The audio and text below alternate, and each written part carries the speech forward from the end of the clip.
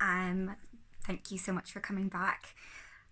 I'm filming a very much impromptu, unplanned video. You are currently balanced inside my son's drawers, closet drawers, because life with a toddler, although I did once upon a time have a tripod with a fancy ring light, that all became a plaything very quickly. So I put up a question box the other day asking you guys if you had any questions about tandem nursing, tandem feeding, and I got so many gorgeous questions. And if you've been here before, you know I like to talk. So this is not going to be a short video, and nor could I manage to squeeze all of those questions into an Instagram post. So I've got a big list of questions here, and I'm just going to work my way through them. I might have to make this into two parts if I end up kind of going over on time, but I'm sitting down with a cup of tea, and maybe you guys should get yourself a little beverage as well, and I'm going to dive straight into what tandem nursing has looked like from my experience so far while it's still hot. Such a novelty as a mom, and as it is, I have, I'll get into it in a second. Thank you so much for being. So, if this is not the first time that you've been here, you know already that I've got two sons, and that I have got a bonus daughter who is going to be 11 this year. And I have breastfed my first, my first boy for nearly 3 years now, which is not what I planned on doing at all. And while I work in the field of lactation, I had always said, like, yeah, maybe like 6 months, a year, we'll see how we go. And lo and behold, I'm feeding a toddler. It's definitely been ups and downs, and I would be happy to kind of share my breastfeeding story up until now if that's something that you guys would be interested in. I know I always love hearing like from a more personal perspective as opposed to like a clinical perspective. So more than happy to talk about that. Let me know in the comments section if that's something that you would be interested in me making a video about. But as it was kind of coming up, so Atticus was 2.5 when Archer was born. He is now, Archer is now he's nearly 9 months, which is crazy. So I have been tandem feeding for 9 months. So it was always something that I thought might have been a possibility, but I had kind of assumed that during pregnancy, Atticus would wean off, or since that had been my primary experience with kind of friends and that sort of thing. It is more on the unusual side to continue to tandem feed, but I prepared myself for both possibilities. And now, having gotten to this point, I can't have envisaged it going any better. And I'm really, really enjoying it. And yes, it's a lot at times, but I really love it. And it's a really gorgeous bond for them both. So, huge amount of questions. I'm going to dive straight in. A lot of them are just kind of, yes, I wrote them out because I'm old fashioned like that. A lot of them are questions around kind of just supply and how does all of that work when you're tandem feeding. And then some of them are just like, how did you manage things? So the first question was about what happens when your milk kind of changes from colostrum to more mature milk, and does your toddler take it all? And that kind of came up in several different kind of ways in the question box. So it doesn't change just because you're tandem feeding. You will still have that transition from the sticky kind of golden runny honey-like consistency of the colostrum with all of those gorgeous immune boosting benefits, and that same transition to the more mature milk.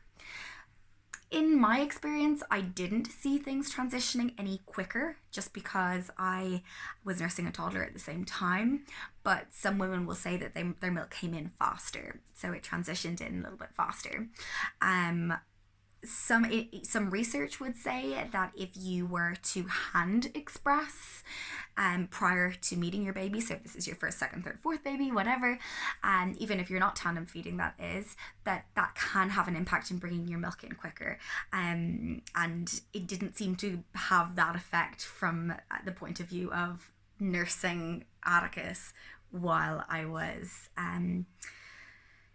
pregnant and then going on to tandem feed. I didn't notice my milk come in any quicker. There are lots of different ways to approach it, but I'll get into that in a second. No, is the first answer. It doesn't change things. Your colostrum still comes in.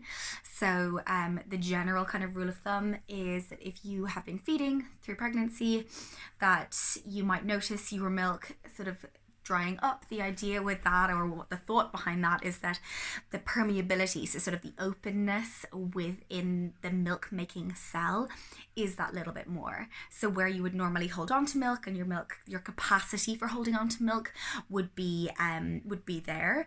When you're pregnant, that capacity just isn't there. So the milk that was sort of sitting there in your breasts, ready to empty, or ready to feed your baby, goes back into the system in a much kind of quicker fashion. So when we say our milk is drying up, it's not drying up, it's still being made, it's still being produced in the same way, but it's not sitting there ready for when your baby goes to nurse. So that means you would be ideally working and kind of closely and linking in with a lactation consultant if your baby still requires that milk as the bulk of their calories and their nutrition, so if they're under 1.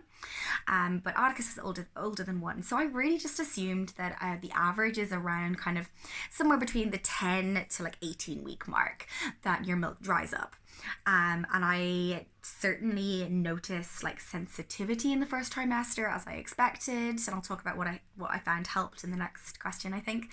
And then my milk like drying up and dry nursing for pretty much from like, I would say even like 13 weeks until 18 weeks before the milk came then back in again as I was getting into kind of my 3rd trimester. And then again, it goes to try. So I expected that he would stop nursing at that point. He didn't. He just continued to dry nurse. Didn't seem to faze him all that much. And just I guess for comfort and all the same reasons that he would have been nursing before. And then my colostrum sort of came in, and he was able to actually tell me, oh my gosh, this is gonna be a long video, guys. He was able to tell me that it tasted salty, that it changed in flavor. Again, it didn't seem to bother him. For some toddlers, they will stop nursing then, and then maybe we'll go back to it. We'll talk about that as well in a second. I've got some great questions here, guys. So thank you for also all of those of you who have put in those questions for me to answer. But for us, we sort of went through the whole process. He never stopped nursing, and then I just continued to nurse as I had before once Archer arrived, and my milk came in around day 3 after birth. And the next question that I got is, how did you figure that out? How did you like designate one breast? Did you feed the newborn first? Did you feed them both at the same time? Did you continue to feed them both like intuitively as their needs were? And there are lots of different ways to approach this, depending on how you and your family and how you work, what suits you, what suits your family. And once you were keeping a close eye on your newborn's output and looking for the same signs that you would to know that your newborn was getting enough if you were just nursing them, so i.e., listening out for swallows. They should be swallowing for about 80% of their time at the breast, that they are draining the breast, so you're feeling the breast go from full to soft, so that milk that's not in there is now in your baby, and that they're gaining weight okay, that they are, nice color, nice tone, all of that kind of thing, no signs of dehydration, and they're getting great nappy output. So you still can keep an eye on those things. For me, it worked really nicely to designate one breast for the newborn and one for the toddler when it came to a time when I was feeding the toddler also.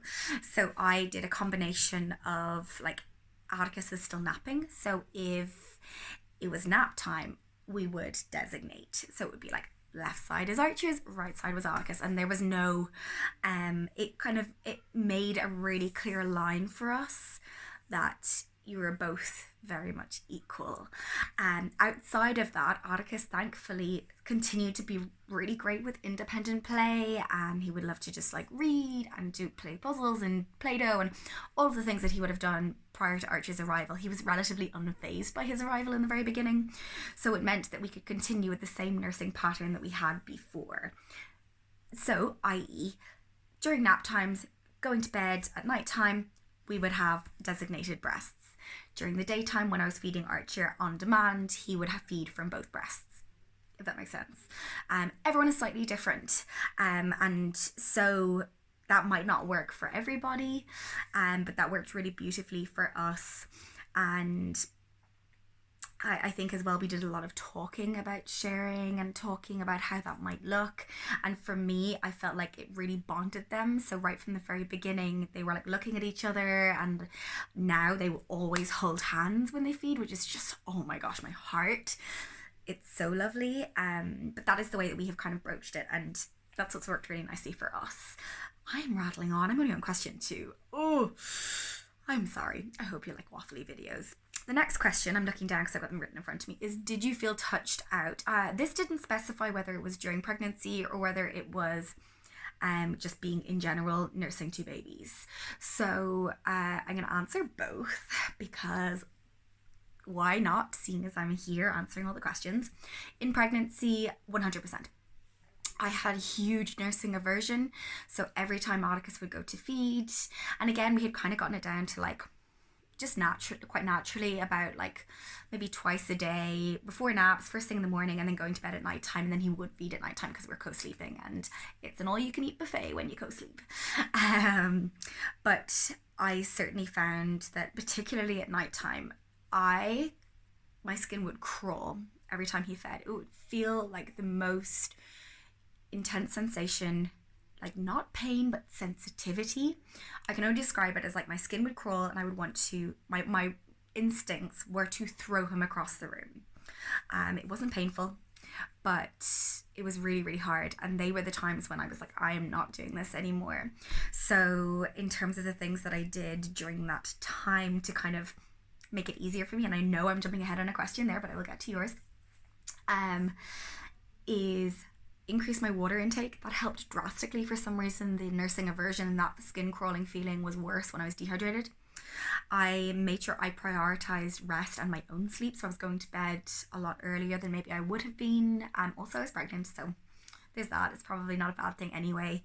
And I was asking for help, so I was letting Pete do some of the bedtimes. I was saying yes to things that I maybe had struggled saying yes to before. I was doing a little bit less for myself, so just a lot of self-love and self-care around that time, and realizing that it wasn't easy. And I was also giving myself the out, that if this was too much, I could opt out of this, that this wasn't going to like damage my child forever, because I had all that in my head. And then the other thing was I started taking a calcium and magnesium supplement, which I had taken prior to that. If I noticed kind of like a dip in my supply during my cycles, for the first kind of week of my cycle, but this during nursing aversion was huge. It really, really helped me. So like Epsom salt baths as well for magnesium, sea swimming really, really helped me, as well as optimizing his latch. So you might think, okay, well, like they latch on themselves when they're that bit bigger. Yes, they do, but that little bit of breast shaping, kind of sandwiching the breast or using the flipple technique so that he got a big mouthful of breast tissue, as well as, you know, not like just pulling on the nipple, really made a difference to the comfort levels. I also would shorten down feeds if I felt as though it was really way too much for me. So I would say only for the length of like his favorite song, and I would sing his song and then we'd say, okay, that's enough for now. Or I would use breast compressions to like encourage whatever the flow of whatever milk was available to be more freely available to speed up the duration of a feed. And those all really, really helped with that nursing aversion.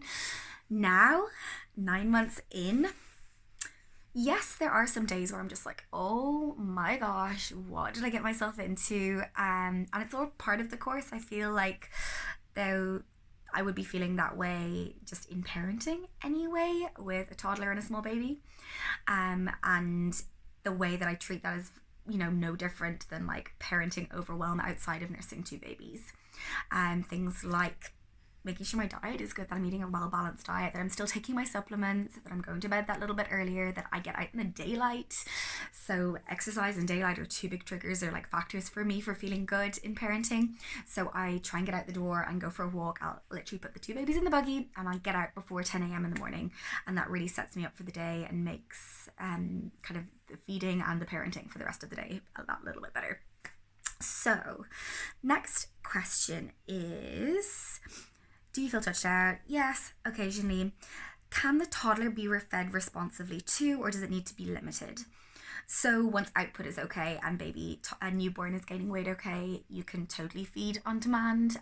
In that case, perhaps it would be worthwhile looking at designating one breast. But if you are always offering the newborn first, so you know that they are feeding until they are satiated, and then the toddler is going on, you could also do it that way. Tips for latching baby number 2 if you have twins. So in this case, this mum has got twins on board, but equally for tandem nursing, there's always going to be one that's a little bit easier to latch than the other. For twins, you might find that it's helpful to have a nursing pillow. I love the My Breast Friend pillow. I'll try and link it down below. I actually think I have it on my Amazon storefront. And it's probably the only nursing pillow that I like, other than like using your own kind of cushions and pillows to prop your babies up.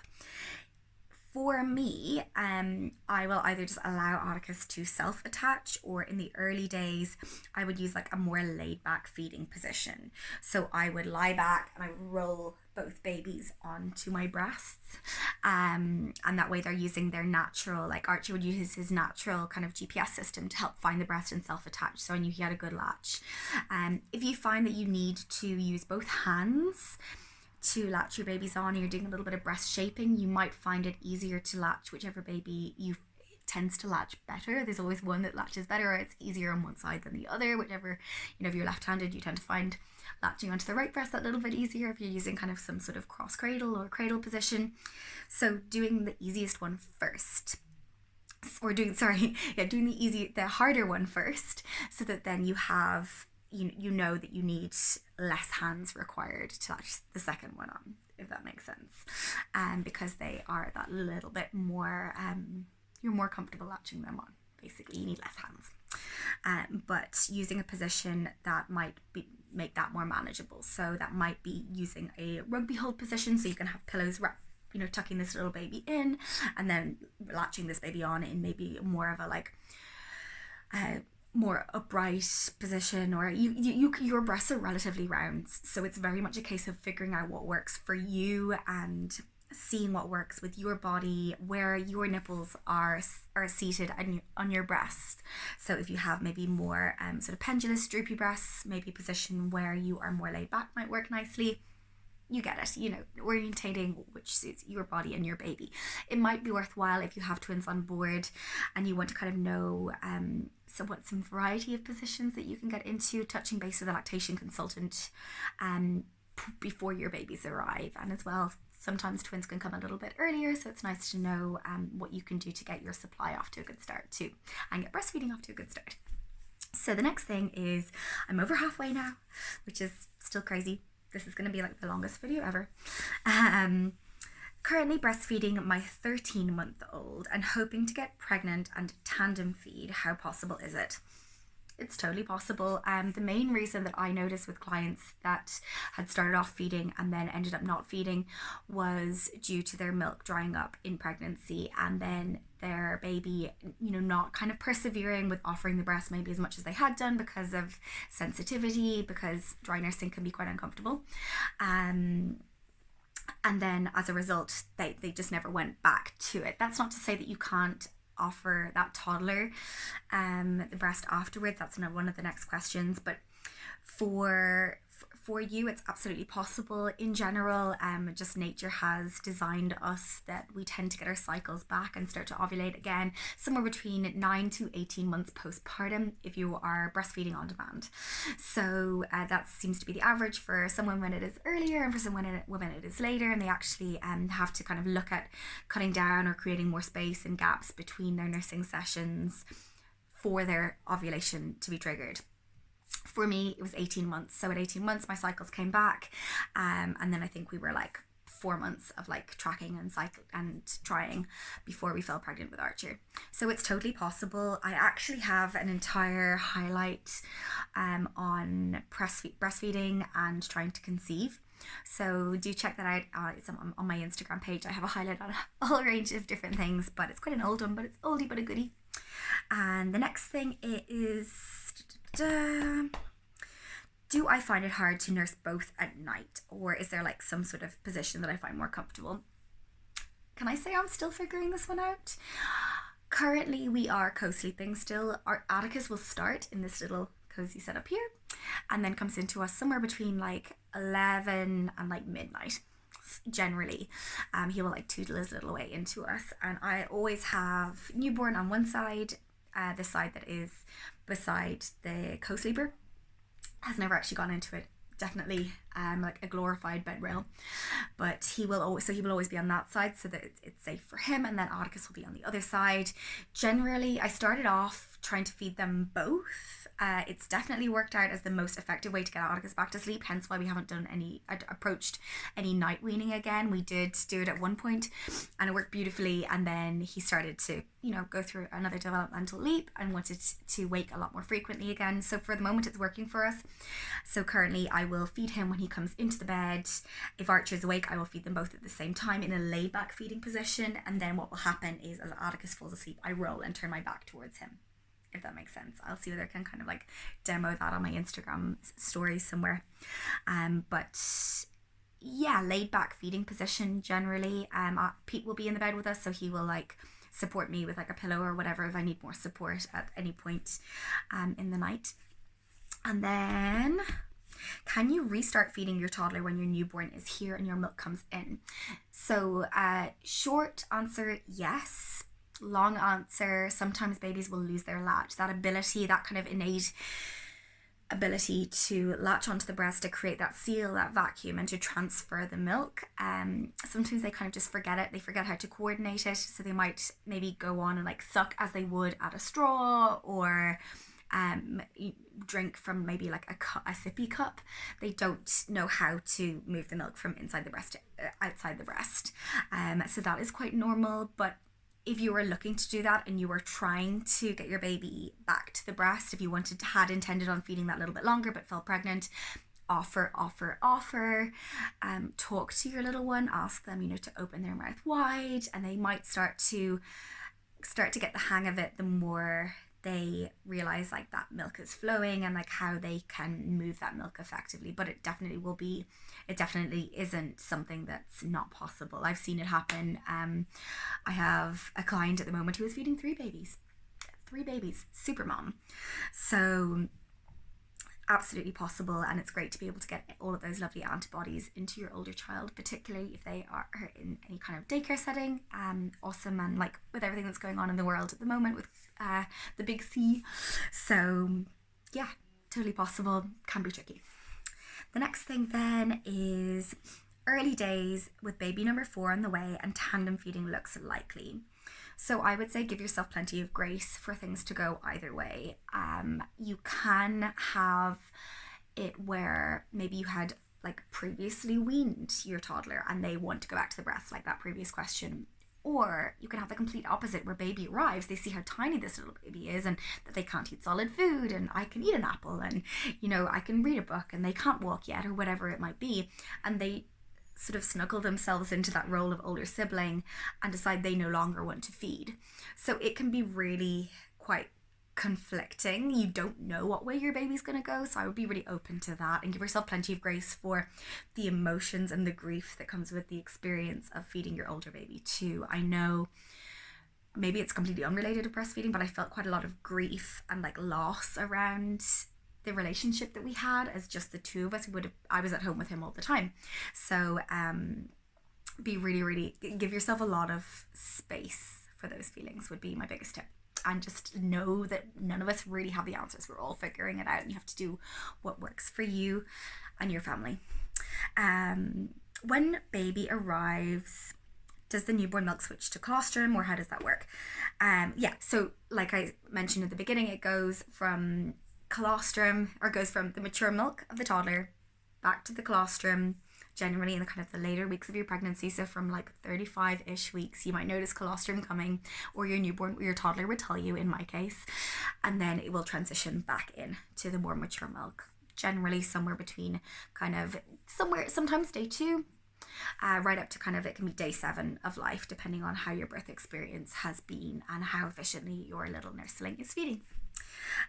Tips for maintaining supply in pregnancy. So I actually tested this one when I was pregnant and I was experiencing that kind of nursing aversion. I was really struggling with it.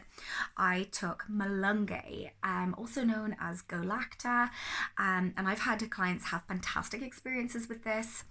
But for me, it made no difference whatsoever, which leads me to kind of think that the science of that permeability within the breast really does ring true for me in terms of my experience.